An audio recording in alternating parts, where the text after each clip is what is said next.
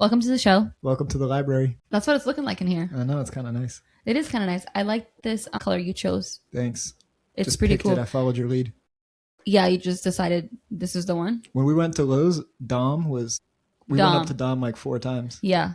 And he was impressed though. I feel like he wasn't mad. He was like, he wasn't mad. He was happy about it. Decisions. Oh yeah. He was like, what else do you need? And I was like, like 3 more colors. We didn't ask him for help one time with the color. No, I did. I asked him. Yeah. Oh, nice. I showed him a picture on Pinterest and I said, I'm going for this color and this is what I've picked, really? but this is too yellow. And he's like, yeah, you need more green. I'm like, I need more green in my paint. Nice. So I was like, I think I'm supposed to be looking like right here, but can you help me? And he was like, yeah. But I went over there to him like with a point. Mm-hmm. I was already like, hey, this is what I'm looking for. This is wrong. That makes me happy because I'm actually so point me in the right direction. Yeah, I'm actually always thinking like those people don't know. Sounded like Dom really knew color. Like a lot of the times people were just behind the counter, you know? Right, but he knew what he was doing, and he was proud of me. He was like, yeah, you got to be in like this area, and I was like, that's what I was thinking. And he was having a good day. I feel like he enjoyed what he did. I think he did, and you know what? He liked helping me because we picked out a few colors together. Mm-hmm. Okay, and then I was like, I like this one. Which one do you like? And he said, "Oh, you were considerate. I was considerate. And you're a great customer." And then he told me, I think this one's more for like with a picture you showed me. Yeah. And I said, well, you're the expert, Dom. I'm gonna go with that one. And he was like, all right. Yeah. And then you dropped that little. I'm gonna just drop it in here because you dropped that joke at the end, which was he was like, you guys need more paint, and you're like, at this point, I'm Dom. No, I think I think I said something like, listen, Dom, I'm done for today, or something like that. I'm done for today. You said I'm done for today. I'm done for today. You should have said like I'm done for today, picking paint. But I wasn't trying to say that. It's just I can't speak English. Yeah, sometimes. You actually didn't even try to make the joke. I was not trying to make that joke. I was literally trying to say, listen, we're done here. Yeah, but you're like, I'm Dom here. Yes. And he was like, you're Dom here? And I was like, you like that? That was great. It was good. And then we walked away all empowered and things. I feel like the person that was watching the security cameras was like, that looked like a great exchange. Definitely. And they wish that like it wasn't on mute. Yeah. They're like, oh gosh. Yeah. If only. That's probably that's an interesting thing to talk about. How many things do you think people that watch security cameras see that they wish they had not seen? Audio footage or audio applied to it. Or not seen. That's only seen like half that's only seen like half the picture. That's kind of a sad existence. Because there's no audio? Well, it's a lot like being deaf. Wow. Who's the ableist now? Crazy. 5 minutes. 5 minutes. That's crazy. I actually never thought about that before though. Those people that watch security cameras have a lot in common with people that are deaf. I'm not even trying to make a joke. I'm just having a realization. You are. Do they even see in color? Some cameras are just black and white. Color? Wow, what if they're colorblind? A perfect job for them. Perfect job. Just gotta look out. Okay, listen. They should have more deaf people in security rooms. Because they're really gonna pay attention? Because they're like, all I got is eyes. Yeah, they could probably read people's lips. That's what I'm saying. Yeah, that's a skill that would be very useful. Like, what if there's a crime going down and the people are talking to each other like, you know, the two criminals, and they're like... Yeah. So are you telling me that I should apply to be a security guard? If mom doesn't work out for you. If this podcast goes... Yeah, because right now it's... Okay, listen. So our friends got a camper. Yeah, baby. Yeah. And not just a camper. Those people got a motorhome. They got a motorhome. They went straight. They did a kitty. Yeah, they went 100%. Yeah.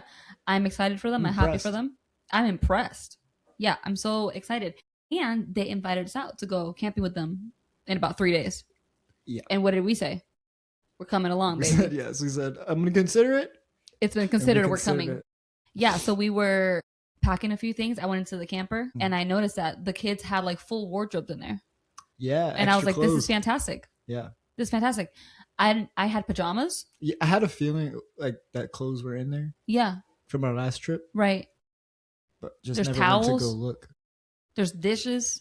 All sorts of stuff. Dry goods. Yep. And so we were talking about this whole, the more we take the camper out, the less packing we have to do, because we'll just have things in there that make sense to leave in there. But it's so fitting that we were packing the camper because for today's episode we want to talk about kind of like a realization we had on our last trip. Right. What the camper life taught us about home life. Yeah. Yeah. And just the idea of just keeping your essentials, and that decluttering is something that really has to happen on a regular basis, because things just pile up in the home. Yep. And it's nobody's fault. It just happens. You're in and out. the kids gather things, you gather things, they come in the house, people leave things here, grandparents, aunts. Yeah, exactly. And so the house can become overwhelming if you let it with all these things around. But being out camping in the camper for almost 2 weeks and just having the essentials was so refreshing. And it made us rethink a few things. We talked through something. We had a night where we just like hung out in our little tent and just talked about these things that were happening. Yep. And so we kind of want to share those things today. Let's talk about it before we get to the main entree. Yeah. Let's talk about the Lordy Lordy. What he's taught me for his glory. That's right. I forgot we had that little jingle. See? We've been for our family devotion that we really try to do really good at. We've just been reading scripture. No devotional plan, no like nothing about the Bible. Just reading the Bible. Yeah. Yeah, and we've been reading through 2nd Chronicles. Do you remember a few weeks ago when our son was like, "Oh, how many battles does David have to go fight?" Because it was chapters and chapters of just David's battles. Which is why you wanted to read it. Because you were like, yeah, I was like, he's going to love this because of all the wars and the soldiers. And he was just like, I get it. How you think David felt? Yeah, he's like, another battle, Lord? Come on, dude. But how's I've already slain thousands. Yes, hundreds of thousands. Yes. How's that been? Leading family devo and trying to read 2nd Chronicles with kids not listening. Yeah. But they do listen, actually. No, they don't listen with their bodies. Right. Then you like stop them to ask a question and then they get it. I'm actually surprised sometimes. I know, it's fantastic. Where I'm like, then David went to fight who? And they're like, they stop mid like jump and like answer you. And you're like, okay, you're listening. Yeah. I'm like, oh, nice. You're like, okay, all right. I try not to read too much at a time. I think a chapter a day is sufficient. I mean, our kids are almost 4, just turned 2. Yeah. So a chapter a day. 3 months. And 3 months. Yeah, so that's a chapter a day is pretty Sometimes hefty. I'll cut the chapters in half. If it's a long chapter, yeah, I might just go half. But try to end on like a destructive note. Right, like, and then he beheaded the soldier at the end. It's been good. I think it's something that we should do for sure. And I think that I've learning kind of just trying to not feel like they're not paying attention. And like, you need to sit down and listen to this, or just like, you need to be looking at me, while you're doing this. So through 2nd Chronicles, I think that's been the lesson. As David's been killing a lot of people, I've been learning, hey, you just got to read the Bible. Yeah. I think that when we look back on years and years of taking the time to read scripture as a family, I think we're going to look back and go, wow, like we took the time. No matter what the circumstance was, we took the time to be like, we're still going to read this. I know that you're not paying attention. I'm not expecting you to pay attention in the sense of like, you're going to sit there still and like, listen. Yeah, not yet. No, not yet. Ages. Exactly. But they're listening. But they're actually listening. Yeah. So I think it's going to be just more rich for their life to look back and go, my parents, like it was important for us to do that. So that's what I'm holding on to. And if we just keep it boring, by boring, I mean like, we're not coming up with some fancy plan. It's just like, we're just going to open the Bible and keep reading the next page. And then we do it at the same time. It's usually around breakfast time that we do it. Whether we're still at the table or we're like in the living room already, or sometimes we're like playing in one of the kids' rooms. But it's just like same time, same place. Listen. And this is just what we're doing. Yeah. Whether you're looking at us or not, we're reading the Bible together. I don't think they're going to look back and say, we shouldn't have read the Bible. Exactly. So yeah, it's going to be good. I heard this on a podcast and I thought it was so good. I'll link the podcast in the description and like the show notes and stuff. But the wife, she was saying how some adults can look back and go, oh my goodness, my parents really just shoved religion down my throat and I'm so turned off by it. Yeah. Right.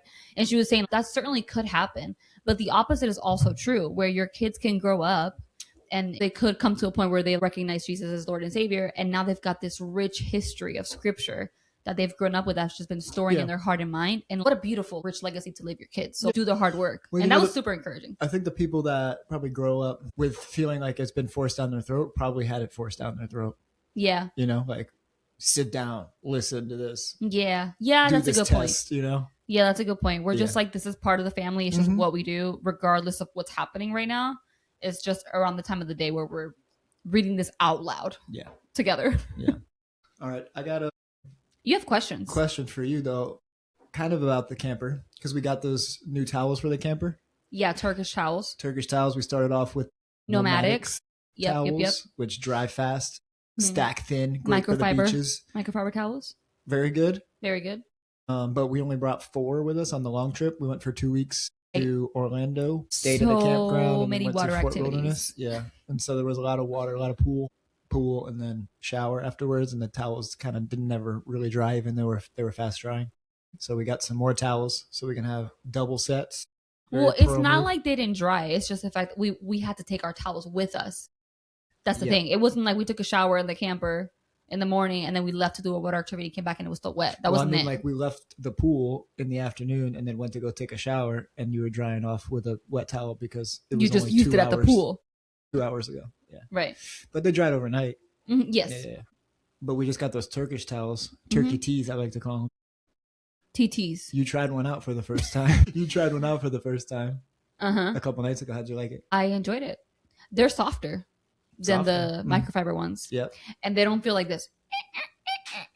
You know why? It's because they're not plastic. Yeah, they're cotton? Yeah. Turkish cotton towels. Well, yeah, Turkish towels. So it's a natural fiber, which is nice. I prefer that 100%. You came out and it was all wrapped around your head. Yeah, I really liked it for drying my hair. And your body? And I did body first. And then, you know what? I was like, this towel is still, like, there's a lot of drying power here still. Sick. So I wrapped it around and it worked really good. Nice. I like them too. I enjoyed it a lot. I didn't notice any, like, more or less frizz in my hair. I wasn't looking for that. Mm-hmm. I just threw it on my hair and kept going about my afternoon. Nice. But I enjoy them more than the Nomadics towels. I like how big they are. And I feel like they're a blanket. They are. It's drying off with a blanket. And you know what? They actually do sell blankets. I was thinking we can go for the camper. Nice. I didn't get it though. In case we really need to dry off. No, just to have like a nice little blanket situation in there. We need a better blanket situation. Yeah. All right. So when we're on our trip, let's just take it back, provide some context. When we went on the trip, how were we feeling after? It was after like the first few days of the trip where we kind of came to started having the feelings that I think we're going to talk about today. Yeah. But then certainly like closer to the end of the trip, we had some context around like what we've learned about being more trimmed down, like more of the essentialists. And we're talking about our stuff. We're talking about trimming down our things, what we're taking with us and what we're using. Because we don't have a huge camper. We've got a 23-foot camper and you can't fit much stuff in there. Right. Just the necessities. Straight essentials. Extra, but nothing crazy. Mm-hmm. And so on that trip, we found like it was easier to not have so much clutter in the kitchen. So much easier to like pick up after every meal. Yeah. Because we're cooking. 4 dishes, 4 plates. Right. Yeah. 4 forks and knives. Right. So by essentials, we mean all of us had 1 fork, 1 spoon. Yeah. And by because we had 4 total of each thing. We had 4 big plates, 4 bowls, 4 mini bowls. We had 4 cups, 2 coffee mugs, like just super essential. So after every meal, we would hand wash all those things. But because it was just the 4 plates and 4 forks and knives, it was so much faster. And then we'd put it on this tiny little dish drying rack, which is not my favorite because it really is tiny. But we could use our table. And you started like just laying out the kitchen towel and like putting everything there. And that went by a lot faster. Mm-hmm. And it was just a breeze to clean up after. Not like super a breeze, but it took some time. It took a little bit of time. Wasn't as much overwhelm. Sure. Exactly. Right? Yeah, that was the first thing. Yeah. Mm-hmm. So we got back. We wanted to try to apply some of what we had learned on the camping trip into the home. And I would say that we're like not maximalists. No, I wouldn't say that. And I would also say we're not minimalists. Yeah. Right? I like to use the word essentialist. But the stuff that you need, the stuff that you like, but not the stuff that's excessive. Not the excess. Exactly. Mm-hmm. We got home from that trip and we were like, how can we implement some of that just essential dishes? It felt less overwhelming because we weren't in the kitchen trying to maintain a clean sink. All the drying of the dishes. All the drying of the dishes. Emptying out the big putting dishwasher. Away the dishwasher. Exactly. Yeah, and you know what I noticed is like sometimes I'll just use a little spoon for whatever and I'll put it in the dishwasher. When like I could have just like rinsed it off. And it would be fine. Yeah. And so what happens is like that thing didn't really need to be dishwashed. But right. It just fills up the dishwasher and it's just more stuff to put away in the morning or at night. Exactly.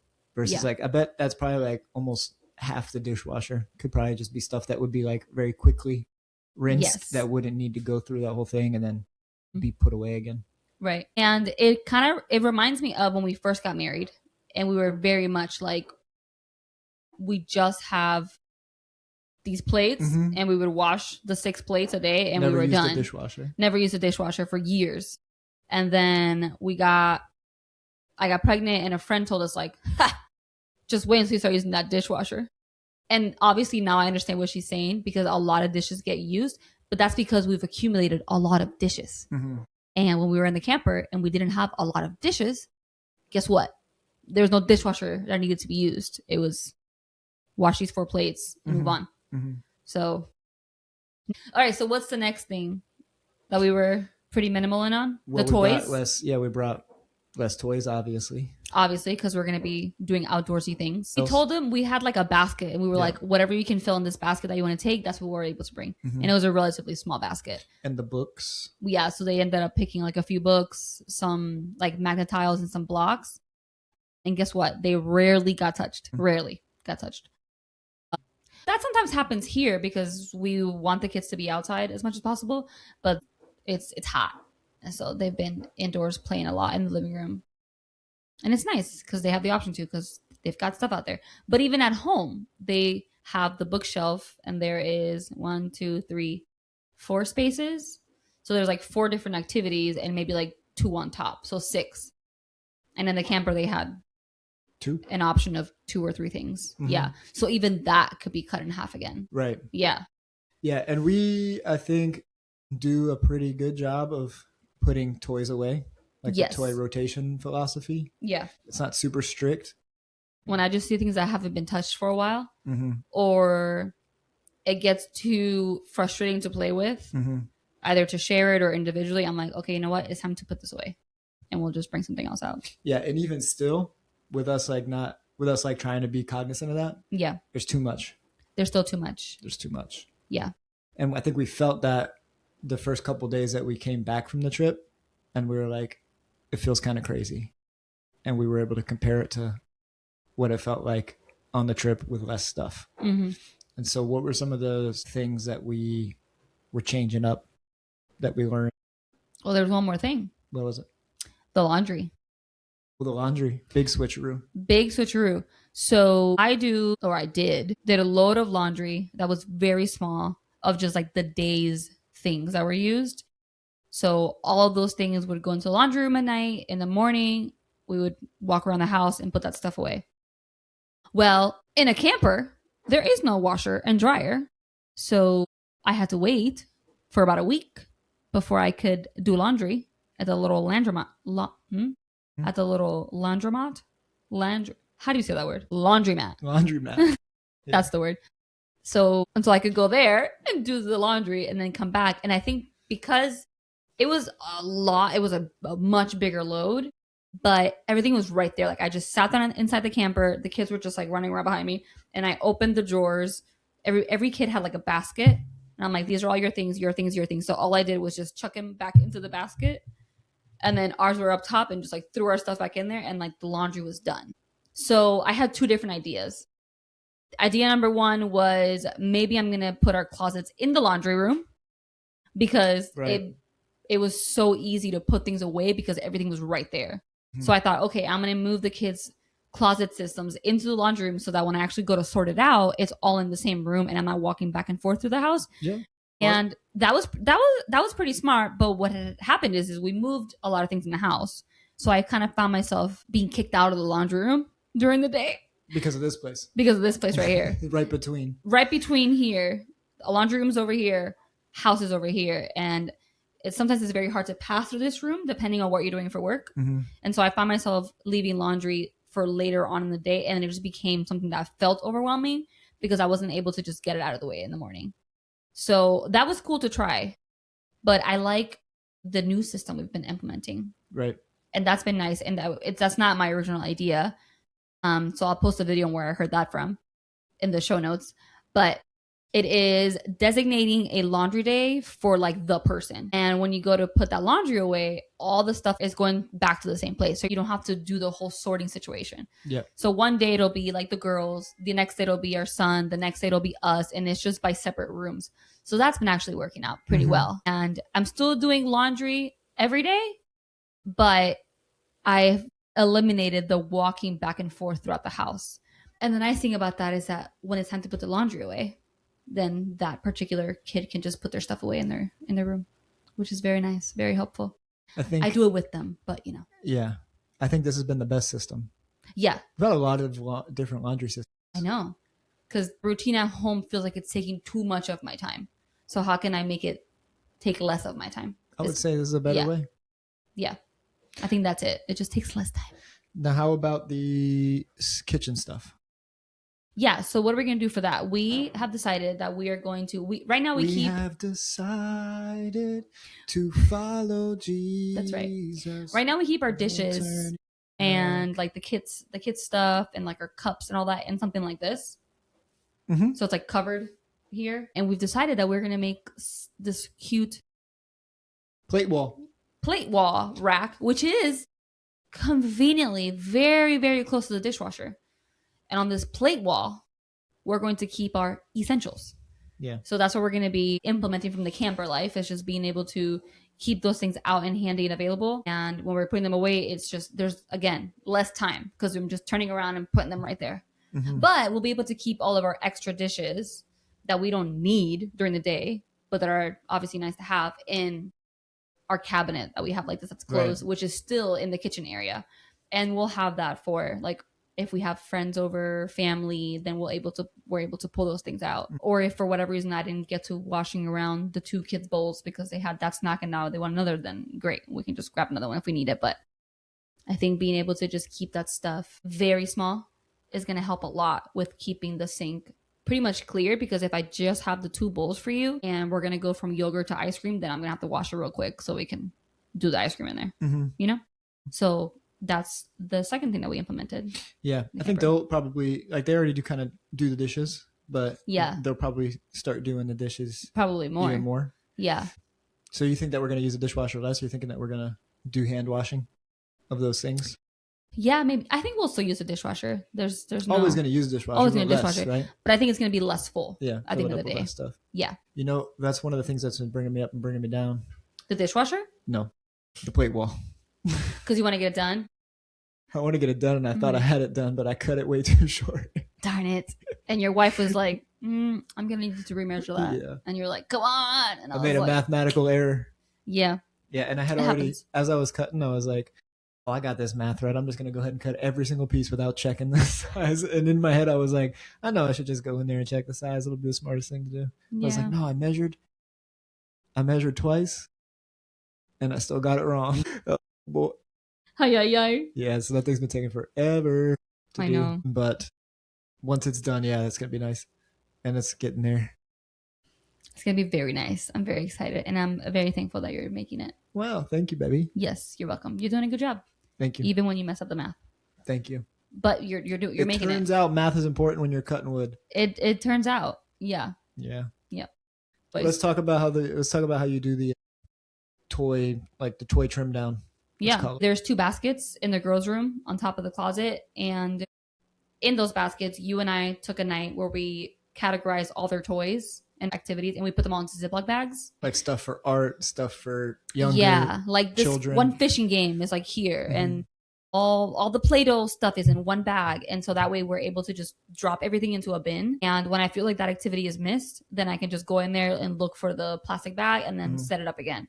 Because what we had before was just all that stuff was just in bag. It was sorted, but because the things were loose in there, it still took a long time to take that activity out and put something else away. There was always a bunch of little pieces getting like missed and stuff. So this is just a lot quicker to be able to reach for the bag, and it's not messy, and I can throw it out and then use that same bag to put away what I'm putting away. Right. So that's very helpful. And then when you swap that out with something that's already out, that's just not really getting used. Yeah. Or that there's too much bickering around. And I'm like, this is not something that we can share right now. So we will try this again at another time. Or too frustrating to use. Too frustrating to use. It's a little bit too much above their their level. Their pay grade. Yeah, exactly. So I'll put that stuff away.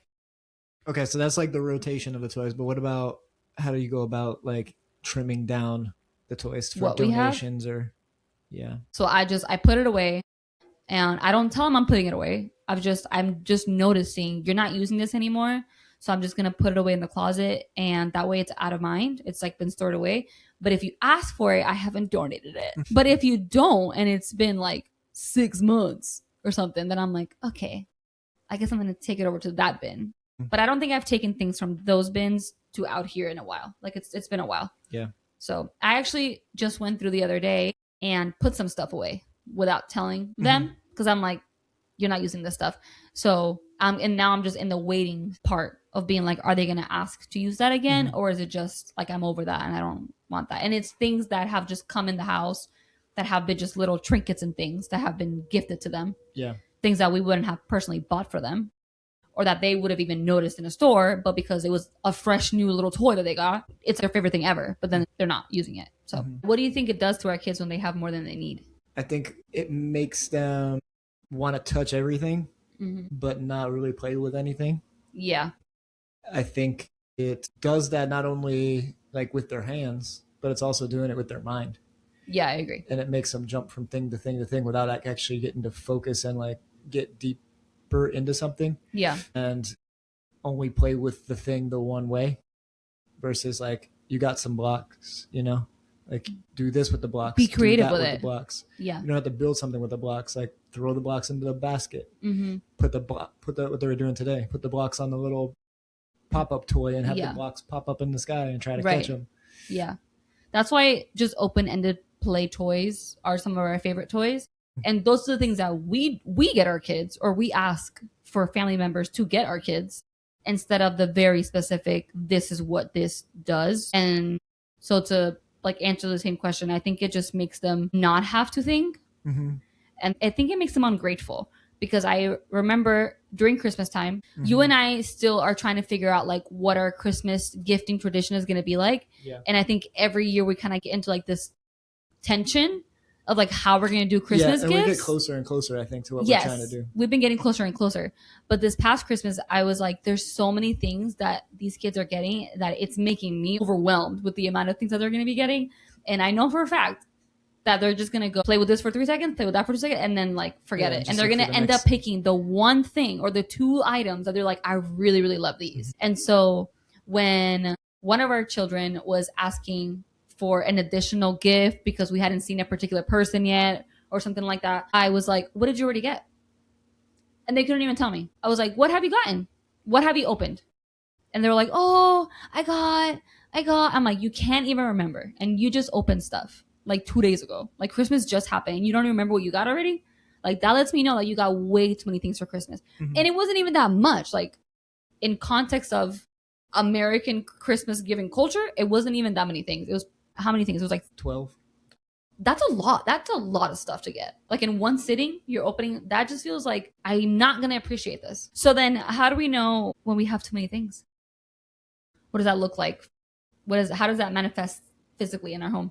What do you think? Yeah, I think it's easy to tell. You open up the drawer and you're like, I don't need any of the stuff that's in here. Yeah. It's just a bunch of stuff that maybe you used once or never, you know? I don't know. There's really not that many things that you need. Right. And I'm not saying that we don't have things that we just want to have. It's fine to have things that you need. Yeah, I'm not even talking about like decorations, like things that you like because they look pretty. Right. I'm talking about things that like have a use that you just don't ever really use them for. Right. You know, like 2 peelers in your you don't need 2 peelers. Yeah.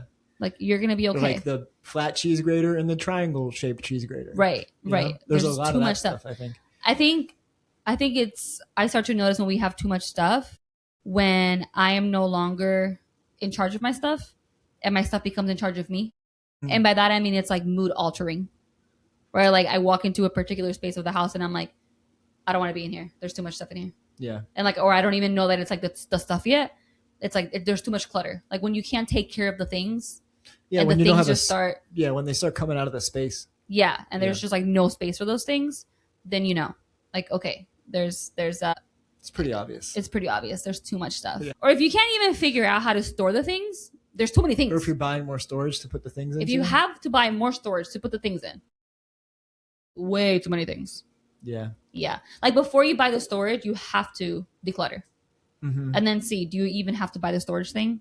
Or did you just need to get rid of some things? You do a good job of keeping your closet pretty, like what you're wearing. Not too much excess in your closet. Yeah. But I've always enjoyed that. So it's easy for me to like go in there every few months and be like, how can I trim this down? What am I actually wanting to wear? And then I'll put that stuff away somewhere.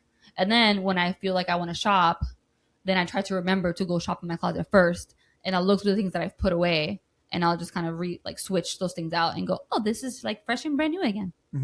So the new thing that I've done in my closet is that I put a literal bed sheet over the section of my putaways, which is pretty funny. There's like a veil on half the closet. Yeah, you're getting it ready I'm getting it ready to consummate. Yeah, that's right. Because I'm gonna be just so excited when I'm like, you know what I miss? A chunky sweater. I want to go buy one. I don't need to buy one. It's actually right here. I've just been hiding it for months. So now I'm like gonna get excited to like take out the chunky sweater again. Yeah. You know? Nice. Or like the black jeans because I'm like, oh, I want to wear black denim again. I should buy a pair. And I'm like, oh yeah, I already have some. You take some of that money that you were gonna buy and you put it in the bank account. Let's go. Do you think we love our things too much? No, I don't think we love our things too much. Okay. I have zero attachment. I'm ready to throw things out. Yeah, that's why I'm saying it. Yeah, because I don't think we're not emotionally attached. We're not emotionally attached to a lot of things. You wanted to throw out old family pictures. I don't look at them. My old family pictures. I don't look at them. Wait, this picture doesn't have you in it? Get rid of them. I don't care. Get rid of them.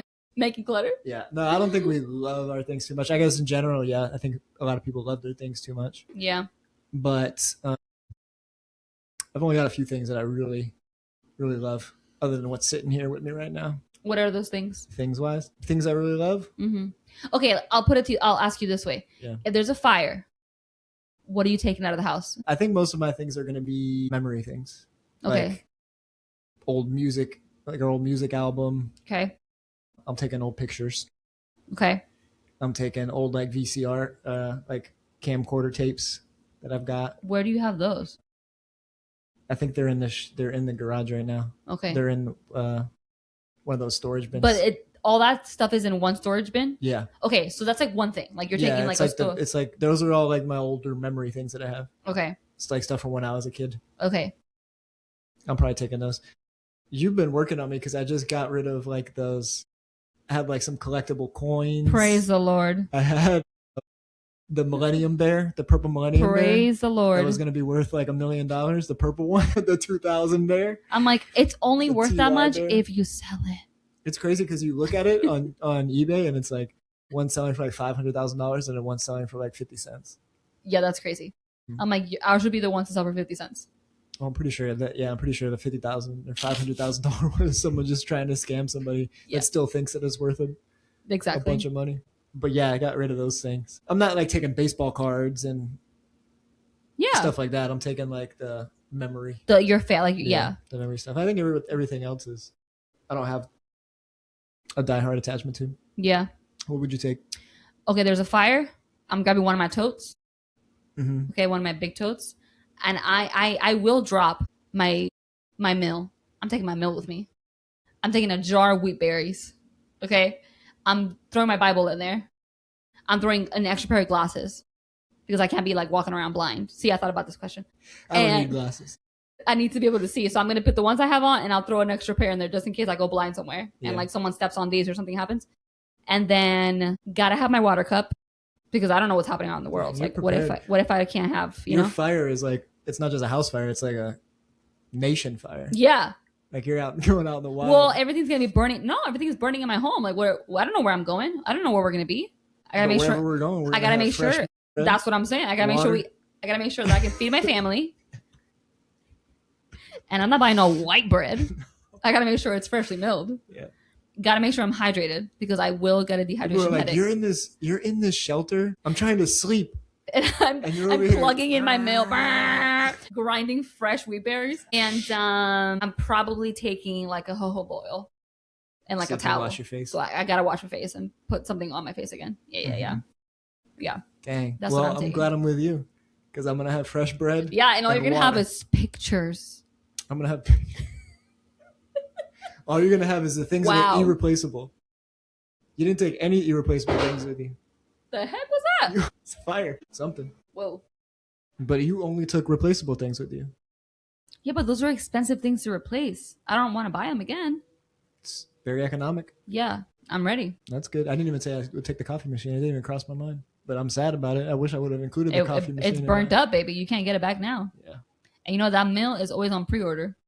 That's true. It would have taken forever. It's a high value item. And that's the thing. I'm not buying bread. That means we're out of bread because we're not getting white bread. Well, you should take a frozen loaf with you so we can have some immediately. Immediate. We don't have to wait. Exactly. Yeah.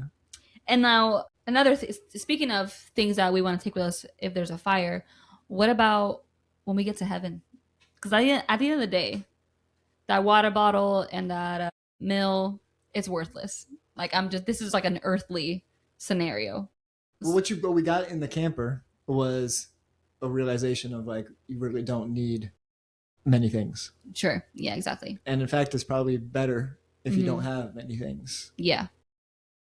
I feel like we were just able to talk a lot more too. Mm-hmm. And it's not even, I'm not even talking about things that are physical. I'm talking about things that fill up your mind. Yes. Things that fill up your day. Yeah. Like on that trip, and it's not like I took 2 weeks off of work. No, we're still doing somewhat of a normal routine, but we were able to like talk a lot more. Like we're a lot less distracted. Yeah. And have like more important, meaningful interactions, I think. Yeah. With everybody. Yeah. And that's a lot, not because of the physical things that we didn't have. In part, yes, but also in part because of the mental space. Yeah. That wasn't being taken up by other things. And I think that's kind of a picture of what's really true in that what's the most important thing? It's all the stuff that's related to eternity and the kingdom. And that's all spiritual, nothing physical. In the sense of like it's not about the stuff that you have. Yeah. It's just about your heart. Right? And that the fact that we were able to be so present with each other while we were out on our trip. Yeah. Well, tying that whole trip in general to what it means and how right it and what fruit you bear when you have less unimportant things. Mm-hmm. Yeah. Physical and mental. Sometimes when there's just too much stuff around, then like you're saying, your mind is just, you can't offload anything from your mind because you have all the things that you're worrying about, which don't have to be physical items, but just mental checklist of things that you need to get done because there just is too many things to be taken care of in the home. Things to do. When you have a minute, you're like, oh, I want to go do this. Oh, I want to go do that. Oh, I got to get to this. Oh, I want to make this. And all those things involve physical items to be managed. And so with less physical items to be managed, then you can steward your time better and be more present with the things that are necessities, which for us, it's like cooking meals. Like that's important for us, spending time together as a family. And so if I'm taking care of, if I'm managing items, like I'm spending too much time cleaning up toys, it's taking us forever to get ready because there's like all these things we have to put in backpacks and things to like take with us, then we're not able to like steward the people's well enough. And then I also think that taking care and managing too many items, you kind of start to like my precious, where it becomes like, these are my precious, and we're not taking that stuff to heaven. That stuff's all going to be burnt up anyway when we get there. Why do we want so many things? And then why do we have so many things? What are we trying to say or do? I think that's just because we're consumers. And consumption is super simple, right? It's like the purchase of goods to meet a need and a desire. And I think that maybe as a peoples, we like consume based on our desires versus based on our needs. And I think there would be a lot of less things in our home and in people's homes if we actually consumed goods for our needs, but we like have it backwards. It's like we like consume for our desires way more than our needs. I don't know. Do you agree? Maybe you don't. I think as a former shopaholic, I can say I definitely consumed for my desires way more than my needs. My needs were very much met. Well, they are. They always are. Like, they always are. It's not many things. Yeah. That you really need. Exactly. So I think that's what happens there. What do you think you're trying to say by having so many things that you're unsatisfied, that you're bored. Like boredom in the sense of like, what am I really doing with my life right now? Because when I'm still, I'm shopping. So like, what? Why? I think the question is why. Like, why are we consuming so much for our desires? Like, what's really going on? When you open up Instagram, like the first thing you see is like, oh, I want to make that. I want to do that. I want to get that. I want to, like all of that. Which I talked about this all the time. Like, I'm always sharing like all the cool ads of things that I get because I always like to see like as a marketer, I always like to see your perspective. Like, how does this ad look to you? And I always tell you like all about the ad and how they wrote it and how they're targeting me and all the things. Right. And it's always very fascinating. Yeah. So I don't know why I went on that tangent. Me either. But you do share that with me. I do share those with you. Yeah. I guess just to make the point that when you open up your phone, it's always just like, oh, I need to get that next thing. Create more want. To create more want. Exactly. More desire. And again, if I'm shopping for that, then that's for my desire, not my need. So it's just more and more things. So what are you saying with that? That you're never content? What do you think? I think to kind of maybe drive your point home about the why, I think it's like, what is the utility or the use of the things that you want? Like, do you already have a perfectly good working whatever, but you want a newer one? And like, why? And like, why? Why do you need it? Because it's probably usually not a why, if you could say that. Right. Like, I would think that maybe some people might push back and be like, you guys have a camper. Like, that's an excessive thing. But to me, it was like, the why behind the camper was so that we could like foster more family time. Yeah. Right. And like show our kids more things and like teach them like more immersive lessons about things and like get into new environments and shake things up, not have to pay for a hotel when we go places. Right. Yeah. It's almost like an economic investment too. It is. It's way cheaper to do it this way. So, I mean, you still got to pay for gas and that sort of thing too. But also you're factoring in. You don't have to take 4 car seats with you. Exactly. When you can travel through the airport, which is crazy. And so the ultimate question is like, why do I want that thing? And that should provide a pretty good answer so long as you're honest with yourself. Yeah. I'm not, maybe because I'm in marketing, like there's very few things that I really want for the sake of wanting them. Yeah. And I'm not even saying that as like a high horse thing. That's just how I have always been. Like, things don't get me. They don't, actually. Yeah. Which is why you're so hard to shop for. Yeah, I don't really know how to explain it. It's just like, I don't desire for like lots of cool stuff. Like, I'll look at something and be like, dude, that's pretty sick. But you're not like, I need it. Yeah, I'm not like, I want to go out and spend my money on it.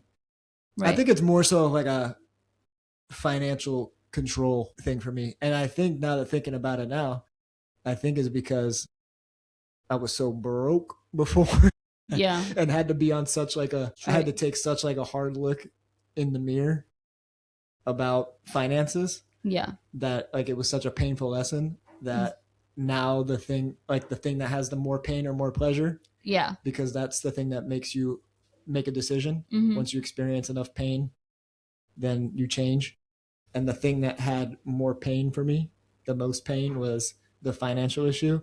And so now I get more pleasure out of not spending that, not spending money on excess stuff money. That I don't really necessarily need. Yeah. Which is not to say that you don't buy things that you want. You do buy things you want. You're not like on a no buy for the rest of your life or anything. No, I'm not a minimalist. Exactly. You do like to buy. I think the things that I buy most are stuff for like around the house. Yeah. Like you do. It's for the house. Put in a deck, Yeah. I'll put in a screen porch. I'll put in a fort. Right. I'll buy stuff like to make the home better. But I'm not, maybe the thing is I'm not, and I don't know if this is how this will come off, but it's not like I'm buying things for me specifically. Like in a self-focused way, I guess. I say, yes, this is true. Right. I'm looking forward to, being faithful and stewarding the little so that I can be more present and like be more eternity minded with the peoples that I'm supposed to be, with my littles, with my closest neighbors, if you will, which is you and our kids. Cause sometimes I'm just like not there because I'm just thinking about all the things in my mind. Yeah. And so a lot of those things are probably going to be offloaded from my mind if there are just less things to manage. Makes me think of like the parable of the talents when Jesus is like, being like, when you're faithful in the little, then you can be responsible for a lot. And I'm not saying like, let's get rid of half of our dishes so that God can bless me with a bigger responsibility or something, anything like that. But just like the idea of just like being faithful. 4 times the amount of dishes. Yeah. Oh boy, I don't want that. But just like the idea of being faithful and content with the 4 dishes. Yeah. And not getting like sucked up in what I want to buy like new plates because now I don't like those anymore. I like this vibe now. And so like I'm going to get rid of all these plates, like this whole set of 12 plates, because now I'm into this style. And so like now I want these now. And that's the thing that stresses me out about all the house projects, is because those are the things that are taking up my mental space. Yeah. And my time. Yeah. When I'm around, when I'm not at work and like with the family. Yeah. I'm thinking about like, hey, we have these, probably like 10 things that we want to do around the house that need to take my time. And it's like, do I go spend that now? Yeah. Am I like leaving the family? Right. And like family time to go and do that. Like the kids along, that's cool, but then that's going to make it take even longer. Yeah. And those are just all the calculations that are happening. Yeah. And just thinking about that, even if like I decide to put those off, it's still in your brain. It's still in my brain, and I'm like thinking about it while we're hanging out or playing. Talking, yeah. That's what's happening in my brain all day long as a mom. Just running the checklist of all the things that need to be accomplished for that day. And being out in the camper, it was like, well, I can't do any house projects out here. That's so right. Think about something else. Think about the moment now. Yeah. Actually, just be right here, right now. So that's what I'm excited about, just to be able to offload a lot of those things, because we're going to simplify these very taxing areas of the day. So that's going to be exciting. So that's what camper life has taught us. Yeah, camper life with my camper wife. And you know what's great? Probably the more we camp, the more we'll realize that we have an excess in like another part of the house. And we'll be like, gotta trim that out. There's an excess in every part. Like bedrooms. Who needs bedrooms? Oh, and you know when we came Get back rid of them. And we're like, oh my God, our house feels huge. Yes. That was also very interesting to come back and be like, hello. Nice to come home. Love our house. Love our home. Love how we have it. Love the style. Love everything we've done to it. Which is like, oh my. Which is hilarious, because people have been like, are you going to move? Like, you have 3 kids. I'm like, no. You're going to get a bigger house? You're going to get a bigger house. For what? There's plenty of space in this one. But like all we have is just all we have. It's a lot. 3 bedrooms, 2 bath. Like that's a lot of space. That's enough space. It's definitely enough space. Definitely enough space. I love making that at home with you. And in the spirit of owning things and having things, we're gonna get some things to put here. See? Yeah. We're gonna have to get some useless stuff. Get some useless stuff to put up there, just for the irony of this episode. Yeah. I don't even know what we're gonna put up there. I know. Necessities, things that can function well. I'm gonna put a Walla cup. I'm gonna put my mill up there. And the muck mill. Yeah, exactly. In case there's a fire when we're in here. Then it's easy to grab. All right, our kid's up. We gotta go.